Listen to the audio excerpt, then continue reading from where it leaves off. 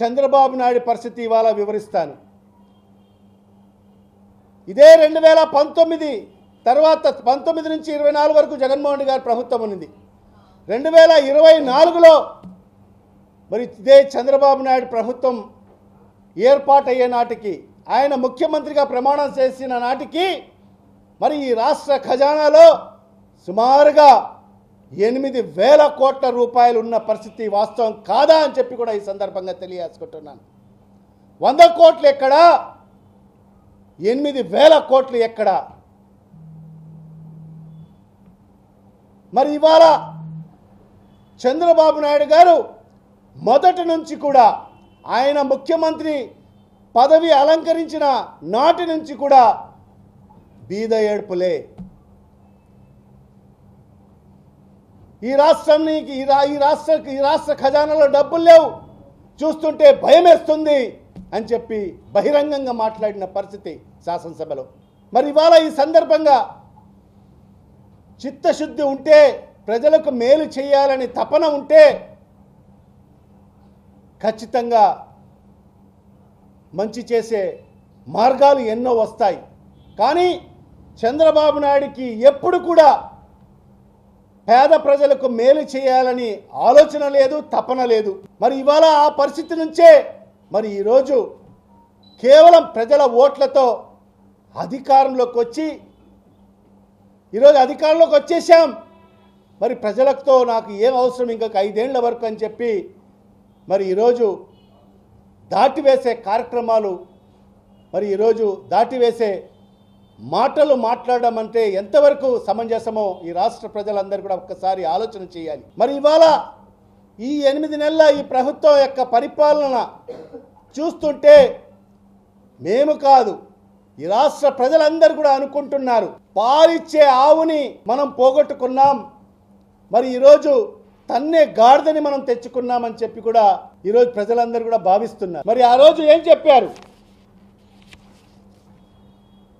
బాబు surety, భవిష్యత్ guarantee అని చెప్పి ప్రతి బహిరంగ సభలో కూడా మరి ఇలాంటి సూపర్ 6 అని చెప్పి హామీలు ఇవ్వడం జరిగింది. మరి ఆ హామీలో ఏంటి? యువతకు 20 లక్షల ఉద్యోగాలు ఇస్తాము అని చెప్పి చెప్పడం జరిగింది. మరి అదే కాకుండా ప్రతి నిరుద్యోగికి 3,000 రూపాయలు నిరుద్యోగ భృతి ఇస్తామని చెప్పి చెప్పడం జరిగింది. మరి రెండవ హామీ, స్కూలుకు వెళ్ళే ప్రతి విద్యార్థికి, ప్రతి తల్లికి కాదు, ఇక్కడ ప్రతి విద్యార్థికి 15,000 రూపాయలు ఇస్తానని చెప్పడం జరిగింది. మరి ఆనాడు మనం చూశాం, మరి తెలుగుదేశం పార్టీకి సంబంధించిన ఒక నాయకుడు తన ప్రచారంలో ఎవరు పిల్లలు కనిపించినా కూడా నీకు 15,000, నీకు 15,000, నీకు 15,000 అని చెప్పిన పరిస్థితి. మీ ఇంట్లో ఎంతమంది పిల్లలు ఉంటే అంతమందికి 15,000 ఇస్తానని చెప్పి మరి ఆనాడు చంద్రబాబు నాయుడు గారు స్వయంగా చెప్పడం జరిగింది. మీకు ఒక్కరుంటే 15,000 ఇస్తాను, ఇద్దరుంటే 30,000 ఇస్తాను, ముగ్గురుంటే 45,000 ఇస్తాను, నలుగురుంటే 60,000 ఇస్తానని చెప్పి మరి చంద్రబాబు నాయుడు గారు చెప్పడం జరిగింది. మరి మూడవ హామీ, ప్రతి రైతుకు 20,000 రూపాయలు ఇస్తానని చెప్పడం జరిగింది. మరి ఐదవ హామీ, ప్రతి మహిళకు 18 ఏళ్ళు నిండిన ప్రతి ఒక్కరికి నెలకు 15,000 అంటే సంవత్సరానికి 18,000 రూపాయలు ఇస్తానని చెప్పడం జరిగింది. మరి మహిళలకు అందరికి కూడా ఉచిత బస్సు ఇస్తానని చెప్పడం జరిగింది. మరి ఈ రకంగా అనేక హామీలు ఇచ్చేసి మరి అధికారంలోకి వచ్చిన తర్వాత మరి ఈరోజు ఈ రాష్ట్ర ఆర్థిక పరిస్థితి బాగలేదు, నేను ఈ హామీలు నెరవేర్చలేనని చెప్పి చెప్పడం ఎంతవరకు సమంజసమో ఒక్కసారి ఈ రాష్ట్ర ప్రజలందరూ కూడా ఆలోచన చేయాల్సిన అవసరం ఉంది. మాట్లాడితే రాష్ట్రం శ్రీలంక అయిపోయింది, రాష్ట్రం నాశనం అయిపోయింది, అలా అయిపోయింది, ఇలా అయిపోయింది అని చెప్పి తెల్లారు లెగిస్తే ప్రభుత్వం మీద బురద జల్లుతూ అదే పనిగా ప్రజల్లో ఆవేళ జగన్మోహన్ రెడ్డి గారి మీద ఉన్నటువంటి నమ్మకాన్ని ఏ రకంగా చెదరగొట్టాలి అనేటువంటి దానికి అనేక అబద్ధాలు మాట్లాడినటువంటి వ్యక్తి చంద్రబాబు నాయుడు గారు. ఒకసారి మనం చూస్తే బాబు షూరిటీ భవిష్యత్తు గ్యారంటీ అన్నారు. బాబు షూరిటీ భవిష్యత్తు గ్యారంటీ ఏమో ఇప్పటిదాకా తెలియదు, కానీ మనకి బాబు షూరిటీ బాధుడు గ్యారంటీ. ఓ పక్కన కరెంటు బిల్లులు విపరీతంగా పెంచేసినటువంటి కార్యక్రమం. రేపో మాపో ఫిబ్రవరి 1వ తేదీ నాటి నుంచి భూముల విలువలు పెంచేస్తా ఉన్నాము అని చెప్పి కూడా నిన్ననే సంబంధిత మంత్రి కూడా ప్రకటించడం జరిగింది. ఎడా పెడా ఎక్కడ ఏది కుదిరితే అది ప్రజల నెత్తి మీద బండలు వేసి పన్నుల రూపంలో ఎంతగా దోచుకోగలిగితే అంతగా ప్రజల మీద దోపిడీ చేసే కార్యక్రమం జరుగుతూ ఉంది. సంపద సృష్టిస్తా అని చెప్పినటువంటి వ్యక్తి ఇవాళ పూర్తిగా చేతులెత్తేసి హ్యాండ్సప్ చెబుతూ నిన్నటి రోజు నీతి ఆయోగ్కి సంబంధించినటువంటి రిపోర్ట్లు చదువుతూ అన్నీ కూడా అబద్ధాలే మాట్లాడినటువంటి పరిస్థితి మనం చూసాం. ఎన్నికలకు ముందు ఏం చెప్పారు చంద్రబాబు నాయుడు గారు? సూపర్ 6 అని చెప్పి ప్రతి ఇంట్లోని ఎంతమంది పిల్లలు ఉంటే అంతమందికి ఒక్కొక్కరికి 15,000 రూపాయలు చొప్పున, నీకు 15,000, నీకు 15,000, నీకు 15,000 అని చెప్పి ప్రతి తల్లిని కూడా మీరు 20 మందిని కంటారా, 30 మందిని కంటారా, 40 మందిని కంటారా కనండి, ప్రతి ఒక్కరికి కూడా 15,000 రూపాయలు చొప్పున ఇస్తాను అని చెప్పి చెప్పడం జరిగింది. తల్లికి వందనం పేరిట. అదేమైందో దేవుడికే ఎరుక.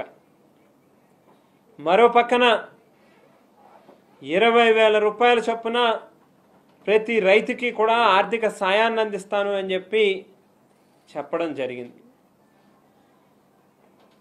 ప్రతి రైతుకి ఆ 20,000 ఇప్పటిదాకా ఇవ్వలేదు సరికదా, మరో పక్కన ప్రకృతి వైపరీత్యాల వలన తీవ్రంగా నష్టపోయినటువంటి రైతాంగానికి ఇవాల్టికి కూడా పూర్తిగా నష్ట పరిహారాన్ని అందించినటువంటి కార్యక్రమం కూడా జరగల. ఆడవాళ్ళకి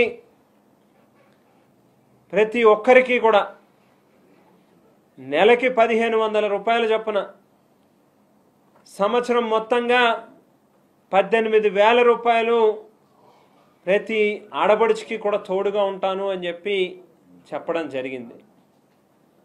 ఆడవాళ్ళకి కూడా పంగనామాలు పెట్టినటువంటి పరిస్థితి చంద్రబాబు నాయుడు గారిది.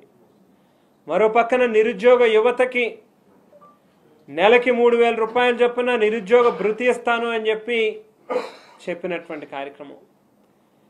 ఈరోజుకి ఏ ఒక్క నిరుద్యోగ యువతకి కూడా ఒక్క రూపాయి కూడా సాయం చేసినటువంటి పరిస్థితి ఎక్కడా లేదు. చాలామంది తొందరగా నెరవేర్చాలని అడుగుతా ఉన్నారు. కానీ ఎందుకు నెరవేర్చలేకపోతున్నానంటే ఈ రాష్ట్రం జగన్మోహన్ రెడ్డి గారి టైంలో సర్వనాశనం చేసేశాడు. నేను ఎన్నికలకు ముందు కొన్ని వాగ్దానాలు ఇచ్చాను. కానీ ఎన్నికల ముందు నేను ఇచ్చినటువంటి వాగ్దానాలు అప్పుడు నేనేమనుకున్నానంటే ఇంతగా సర్వనాశనం చేశాడు నేను అనుకోలే. నేను ఊహించిన దానికన్నా కూడా ఎక్కువ నాశనం అయిపోయింది ఈ రాష్ట్రం. వ్యవస్థలన్నీ కూడా సర్వనాశనం చేసేశాడు జగన్మోహన్ రెడ్డి గారు అనేటువంటి ఒక మాట చెప్పే ప్రయత్నం చేస్తున్నాడు. అధికారంలోకి వచ్చిన దగ్గర నుంచి ఇదే పని. అసలు మనం ఒప్పుకోకపోతే ఊరికిందట్లేడు. ప్రజలు ఒప్పుకోకపోతే మీరే బెటర్ అండి, జగన్మోహన్ రెడ్డి గారు సరిగ్గా పరిపాలన చేయలేదు, నాశనం చేశాడు, అందువల్ల మీరు కూడా ఇవాళ సరిగ్గా పరిపాలన చేయలేకపోతున్నారు అని ఒప్పుకునేదాకా చంద్రబాబు నాయుడు గారు ఒప్పుకునేదట్లేరు. ముందు నేను మనవి చేస్తున్నా, అయ్యా నారా చంద్రబాబు నాయుడు గారు, మీరు అనేక వాగ్దానాలు చేశారు. ఆ వాగ్దానాలని అమలు చేస్తాను అన్నారు. జగన్మోహన్ రెడ్డి గారు చాలా స్పష్టంగా చెప్పారు, చంద్రబాబు నాయుడు గారు చేసేటటువంటి వాగ్దానాలు నెరవేర్చలేనివి, దానికి కావలసినటువంటి ఫైనాన్షియల్ సపోర్ట్ ఈ రాష్ట్రంలో లేదు, నేను 5 సంవత్సరాలు పరిపాలన చేశాను అని లెక్కల వారీగా అన్ని వివరంగా చెప్పారు. అయినా సరే నేను చేస్తాను అని చెప్పేసి చంద్రబాబు నాయుడు గారు ప్రజల్ని భ్రమింపచేశారు. ఓట్లు వేశారు, చంద్రబాబు నాయుడు గారు అధికారంలోకి వచ్చారు. కూర్చున్న దగ్గర నుంచి ఒకటే గొడవండి, జగన్మోహన్ రెడ్డి సర్వనాశనం చేశాడు, అందుకు నేను చేయలేకపోతున్నాను. అయ్యా నేను అడుగుతా ఉన్నా చంద్రబాబు నాయుడు గారు, మీరు ముఖ్యమంత్రి కాకముందు ఈ ఎన్నికల ప్రచారంలో ఏం చెప్పారంటే, మీరు అందరూ ఒకసారి గుర్తుపెట్టుకోండి, జగన్మోహన్ రెడ్డి గారు 14 లక్షల కోట్ల రూపాయలు అప్పు చేశాడు. ఇన్ని 14 లక్షల కోట్ల రూపాయలు అప్పు చేశాడని ఓదరగొట్టాడు. ఎన్నికలు అయిపోయాయి. ఆయన అదృష్టమో రాష్ట్ర ప్రజల దురదృష్టమో కూటమి ప్రభుత్వం అధికారంలోకి వచ్చింది. ఎన్నండి లెక్కలు తేల్చింది మీరు? ఎంత వచ్చాయి? 14 లక్షల కోట్ల రూపాయలు అప్పు చేశారని ప్రచారం చేస్తే లెక్కలేసి రాస్తే 6,46,537 కోట్లు తేల్చారండి ప్రభుత్వం, వారి లెక్కల ప్రకారమే. ఇంకా అవి ఇవి లేనిపోయినవన్నీ కలిపేదో 9 లక్షల కోట్లు అని చెబుతున్నారు. కానీ వాస్తవానికి 6,46,537 కోట్లు మాత్రమే జగన్మోహన్ రెడ్డి గారి కాలం వరకు జరిగినటువంటి అప్పు అని ఖచ్చితంగా బడ్జెట్ పేపర్స్లో తేల్చారు. పరిస్థితులు లేవు కనుక వృద్ధి రేటును 15% పెంచిన తరువాత దానిని గురించి ఆలోచిస్తాను అని చెప్పటం ఎంత దుర్మార్గమైనటువంటి విషయం అంటే, ప్రపంచంలో ఎంతో మంది మోసగాళ్లను చూసి ఉంటాం, ఎంతో మంది వంచన చేసేటువంటి వాళ్లను చూసి ఉంటాం. కానీ ఒక ప్రజానాయకుడిగా ఉండి ప్రజలకు మేలు చేయటానికే కారణజన్ముడుగా జన్మించినాను అని తన అనుయాయుల చేత పొగిడించుకునేటువంటి చంద్రబాబు నాయుడు గారు చేసినటువంటి ఈ ప్రజా వంచన అన్నింటికంటే చాలా దుర్మార్గమైనటువంటిది. నేను అధికారంలోకి వస్తే తల్లికి వందనం పేరుతో ప్రతి ఒక్కరికి బిడ్డకు 15,000 రూపాయలు ఇస్తానని చెప్పినటువంటి వ్యక్తి, అన్నదాతలకు 20,000 రూపాయల సహాయం చేస్తానన్నటువంటి వ్యక్తి, ప్రతి సంవత్సరము నిరుద్యోగుడికి ప్రతి ఒక్కడికి కూడా 3,000 రూపాయల భృతి ఇస్తానని చెప్పినటువంటి వ్యక్తి, 50 ఏళ్లు నిండినటువంటి మహిళలకు అందరికీ కూడా ప్రతి సంవత్సరము 18,500 ఆర్థిక సహాయం చేస్తానని చెప్పినటువంటి వ్యక్తి ఈ రోజున రాష్ట్ర ఆర్థిక పరిస్థితి దుర్మార్గంగా ఉంది కాబట్టి నేను చేయలేను అని చెప్పటం. ఇదే చంద్రబాబు నాయుడు గారు, పవన్ కళ్యాణ్ గారు, ఆయన కూటమిలో సాగేటువంటి పురంధరేశ్వరి గారు, వీళ్ళంతా కూడా ఎన్నికలలో ప్రచారం చేసినప్పుడు రాష్ట్ర ఆర్థిక పరిస్థితి కకావికలమైపోయింది, తునాతునకలైపోయింది. జగన్మోహన్ రెడ్డి 14 లక్షల కోట్ల రూపాయల ఆర్థిక భారాన్ని మోపినాడు ఈ రాష్ట్రం మీద, ఈ రాష్ట్రమంతా అప్పుల్లో కూరుకుపోయింది అని చెప్పినటువంటి ఈ ముగ్గురు నేతలు ఇంత ఆర్థిక దుస్థితి ఉన్నప్పటికీ కూడా జగన్మోహన్ రెడ్డి ఇస్తున్నటువంటి ఈ పథకాల కంటే మిన్నగా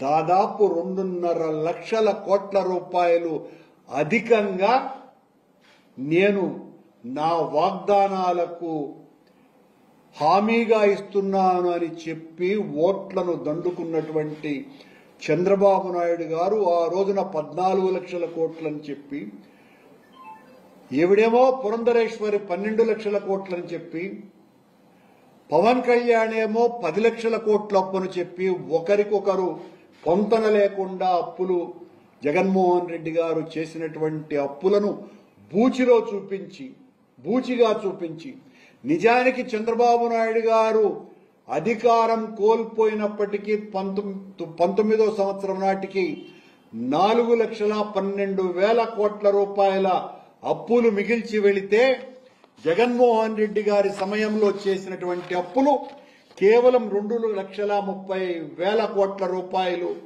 ఇది అందరూ చెప్పేటువంటి మాట. మొత్తం 6,42,00,000 రూపాయల అప్పులుగా ఉంటే చంద్రబాబు నాయుడు గారు చెప్పినటువంటి మాట 14 లక్షల కోట్ల నుంచి ఈ రోజున 9,70,00,000గా చెబుతూ ఈ అప్పులు తీర్చాలంటే సాధ్యమయ్యే పని కాదు, వృద్ధి రేటును పెంచాలా, కనుక ఏ ఒక్క హామీని కూడా ఇవ్వటానికి సిద్ధంగా లేను అని అంటూనే ఎంత కష్టమైనా కూడా నేను ప్రజలకు చేసినటువంటి వాగ్దానాలను నెరవేర్చకుండా పోను అని మళ్లీ మరొక అబద్ధం. ఇంత దుర్మార్గమైనటువంటి పాలన చంద్రబాబు నాయుడు గారు గతంలో పాలించినప్పుడు కూడా ఇంత దుర్మార్గంగా పరిపాలించాల. అంతకంటే ఘోరంగా ఈ 8 నెలల పాలన సాగుతున్నది. పచ్చి అబద్దాలతో, మోసాలతో, వంచనతో, అబద్ధపు మాటలతో, గోబెల్స్ కూడా తలదించుకునే విధంగా పురాణాలలో శ్రీకృష్ణ భగవంతుడు ఆడినటువంటి నాటకాల కంటే కూడా మిన్నగా నాటకాలు ఆడుతున్నాడు చంద్రబాబు నాయుడు గారు. ఇది ఇంతకంటే ఘోరం మరొకటి లేదు. ప్రజలకు చేసినటువంటి మోసం అంతా ఇంత కాదు. అబద్దాల బుద్ధుడు ఈ చంద్రబాబు నాయుడు, అవినీతికి సిద్ధుడు, కోట్ల ప్రజల కళ్లు మూసి గద్దెనెక్కినటువంటి ఈ చంద్రన్న లాక్కోవటం తప్ప తెలియనివాడు. అప్పుడు మామ నుంచి అధికారం లాక్కున్నారు, ఇప్పుడు జనాన్ని మోసం చేసి 8 నెలల క్రితం ఓట్లు లాక్కున్నాడు. ఏరు దాటే ముందు ఓడమల్లయ్య, దాటేశాక బోడి మల్లయ్య. ఇది మన చంద్రయ్య. ఇంత దారుణంగా చంద్రబాబు నాయుడు గారు అశ్వత్థామ హత కుంజరహ అన్నట్లు ఆనాడు సంపద సృష్టిస్తా అని పైకి అంటే నిజమనుకున్న మనం లోపల లోకేష్ కోసమని, ఆయన అనుచరుల కోసమని మాత్రమే ఈ సంపద సృష్టి అన్న సంగతి జనం గుర్తించలేకపోయినారు. ఈయన కపట నాటకం ముందు శ్రీకృష్ణ భగవానుడు పురాణాలలో ఆడినటువంటి నాటకం కూడా చెల్లు. ఎన్నికల ముందు ఎన్ని వాగ్దానాలు చేసినాడు.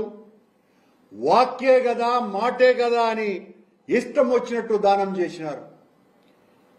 మాటల మూటలు తెగగా ప్రజల ముందరంతా కూడా పంచినాడు.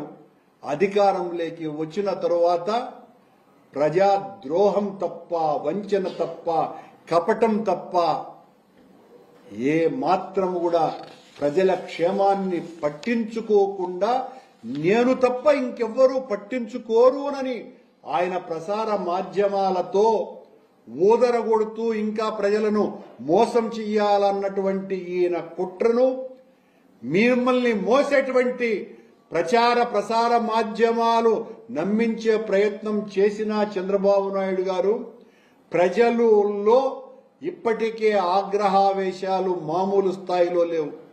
ఏ ప్రజలైతే మీ పాలన పట్ల సంతృప్త స్థాయిలో ఉన్నదేనని మీరు బాకాలు ఊదుకుంటున్నారో ఆ ప్రజలలో మీ మీద ఆగ్రహ జ్వాలలు ఆకాశాన్ని అంటుతున్నాయి. గతంలో ఏ ప్రభుత్వం మీద ప్రజల ఆగ్రహానికి గురి కాబట్టినటువంటి ఏ ప్రభుత్వం కూడా ఇంత అతి తక్కువ కాలంలో ప్రజల యొక్క కోపాగ్ని చూసినటువంటి ప్రభుత్వం ఒక్క ఈ కూటమి ప్రభుత్వమే. పవన్ కళ్యాణ్, చంద్రబాబుల యొక్క ఈ కూటమి ప్రభుత్వం మీదనే ఇంత దారుణమైనటువంటి పరిస్థితిలో ప్రజలు ఆలోచిస్తున్నారు అన్నటువంటి విషయాన్ని తెలియజేస్తూ